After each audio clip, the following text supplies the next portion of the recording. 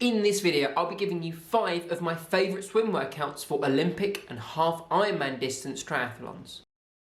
Hello everyone, welcome back to the channel. I'm Josh, a medical student and triathlete based out of London, and on this channel we talk all things triathlon, whether those be vlogs or training tips videos like this one today. Swimming is often the sport that triathletes find the most difficult, especially if they're coming into it later in their life. So I thought I'd share with you some of my favourite workouts to improve your triathlon swimming times, and these are going to be focused for Olympic and half Ironman distances. However, they can be made shorter and longer depending on exactly what you're aiming for.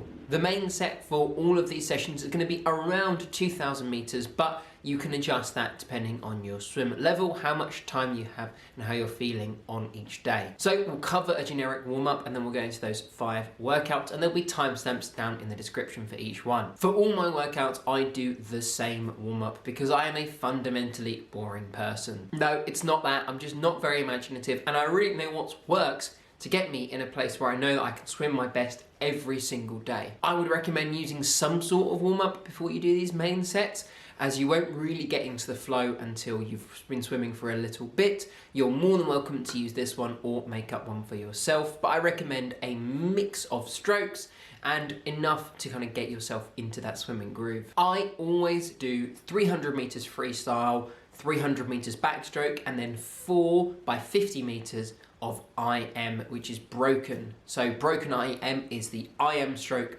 for the first 25 and then freestyle on the way back. So that would be butterfly, freestyle, backstroke, freestyle, breaststroke, freestyle, and then freestyle, freestyle. That comes to 800 meters and with a 2K set in the middle, and then I normally do 200 meters of backstroke on the end.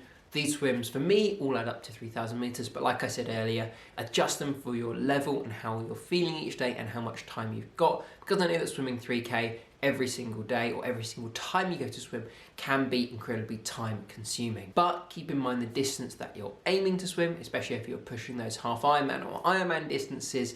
The further you can swim in each session is incredibly beneficial. Workout 1 is one of my favorite staple workouts. We're looking at 20 by 100 meters. This is probably the session I do the most frequently. It is incredibly simple, but incredibly effective. I think this should form the core of the swimming that you're doing, and I find it incredibly beneficial personally. I think 100 meters is a really good distance to be doing swimming intervals. It's long enough so that you can gain endurance from each one, but not too long as to where you start to lose speed and your form starts to deteriorate too much. It's an interval that really is beneficial regardless of the distance you're aiming to swim when it comes to race day. And by doing them in short succession, you'll also build up endurance as your heart rate never comes fully down, so you're constantly kind of in that mode to be working. The ideal pacing for these should be upper zone 3, lower zone 4, threshold, uncomfortably uncomfortable,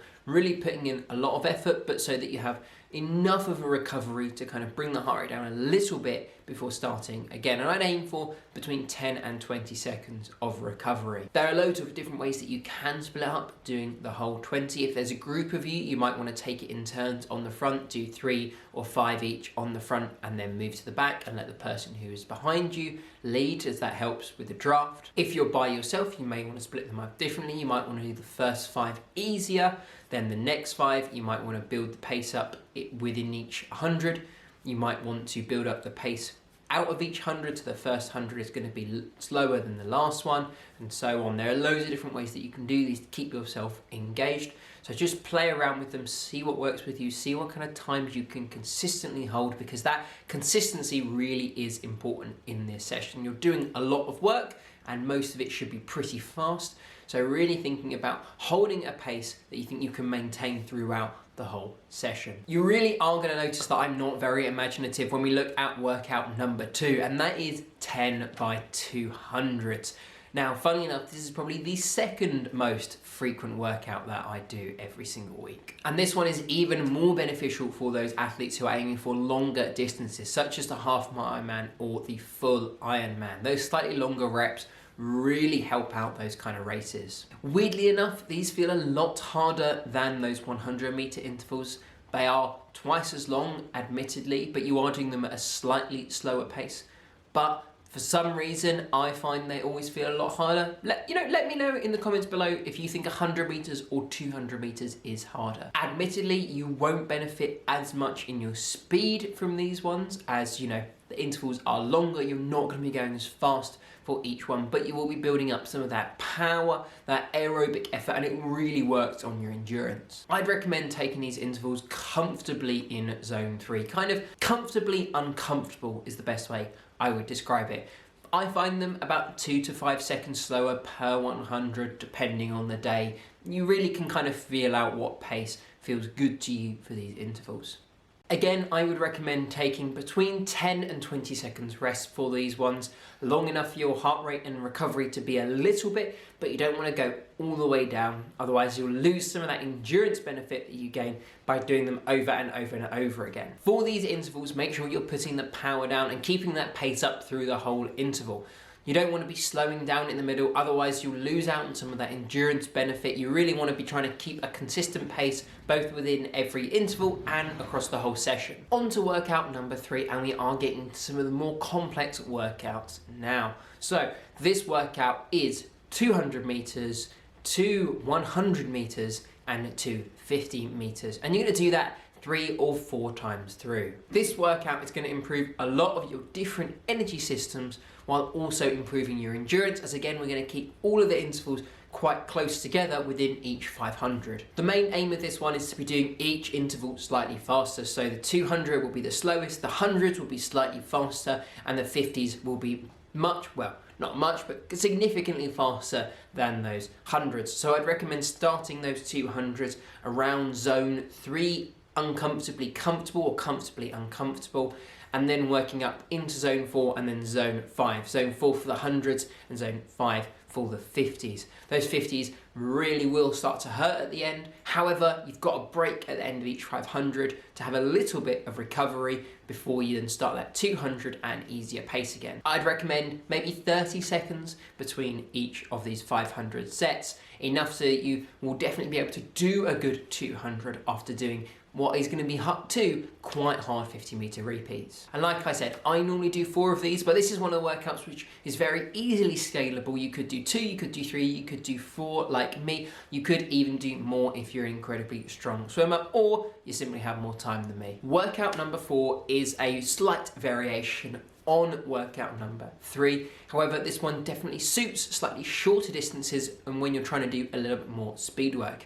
This time we're going to be doing 3 100 meter repeats and 4 50 meter repeats. As you can see, we've gotten rid of that 200 and replaced it with an extra 100 and 2 extra 50s. So significantly more speed work. Again, this one adds up to 500, so you can do it 2, 3, 4, maybe more times. That is up to you. This really is a speed session, so all of your intervals need to be quite high paced with quite a lot of effort. So I'd really think about doing this one when you are definitely recovered. Those 100s should be at threshold. So zone 4, low zone 4, wherever your threshold you feel lies, definitely be pushing those ones really hard. I often set really good times in these ones, and I think you can too. And as for those 50s, they're basically going to be full out sprints.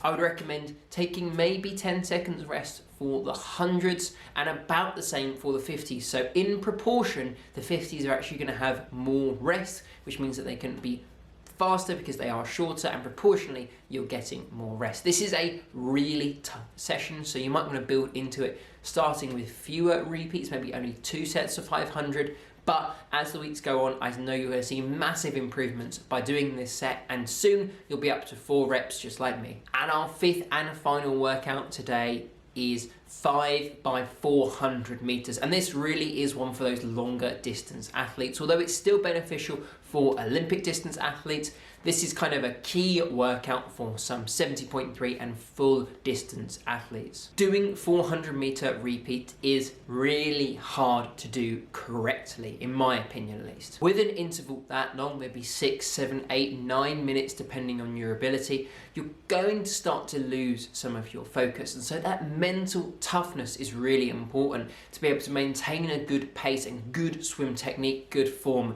throughout the whole thing. But if you can do that, that's going to transfer excellently to your race, because the same thing's going to happen when you swim 15, 19 or 3,200 meters, depending on your race distance. At some point you're going to start to lose some of that concentration, no matter how much you are caring about the result. So by practicing for that eventuality and developing strategies to lock you back in mentally and physically, you'll be absolutely flying when the race comes around. For these intervals, I keep them solidly in zone 3. You don't want to be pushing it too hard, because either you'll falter within each interval and the last kind of 100 will be much slower than the first 100, or your last 400 will be much slower than your first 400. Consistency is the key in this workout.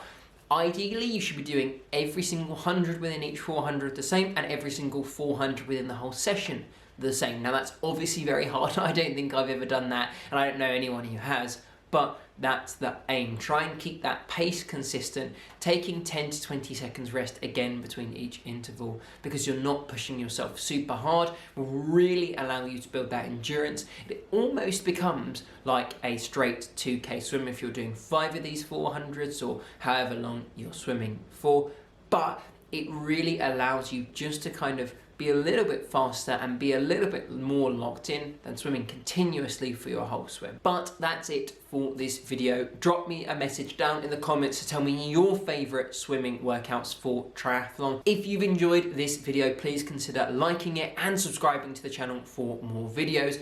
On screen now, you're going to see another one of my swimming videos where I talk about how I'm personally trying to improve my swimming, and you'll also see that subscribe button, which I'd really appreciate you clicking on, as it really helps out the channel. Thanks for watching, and I'll see you in the next one.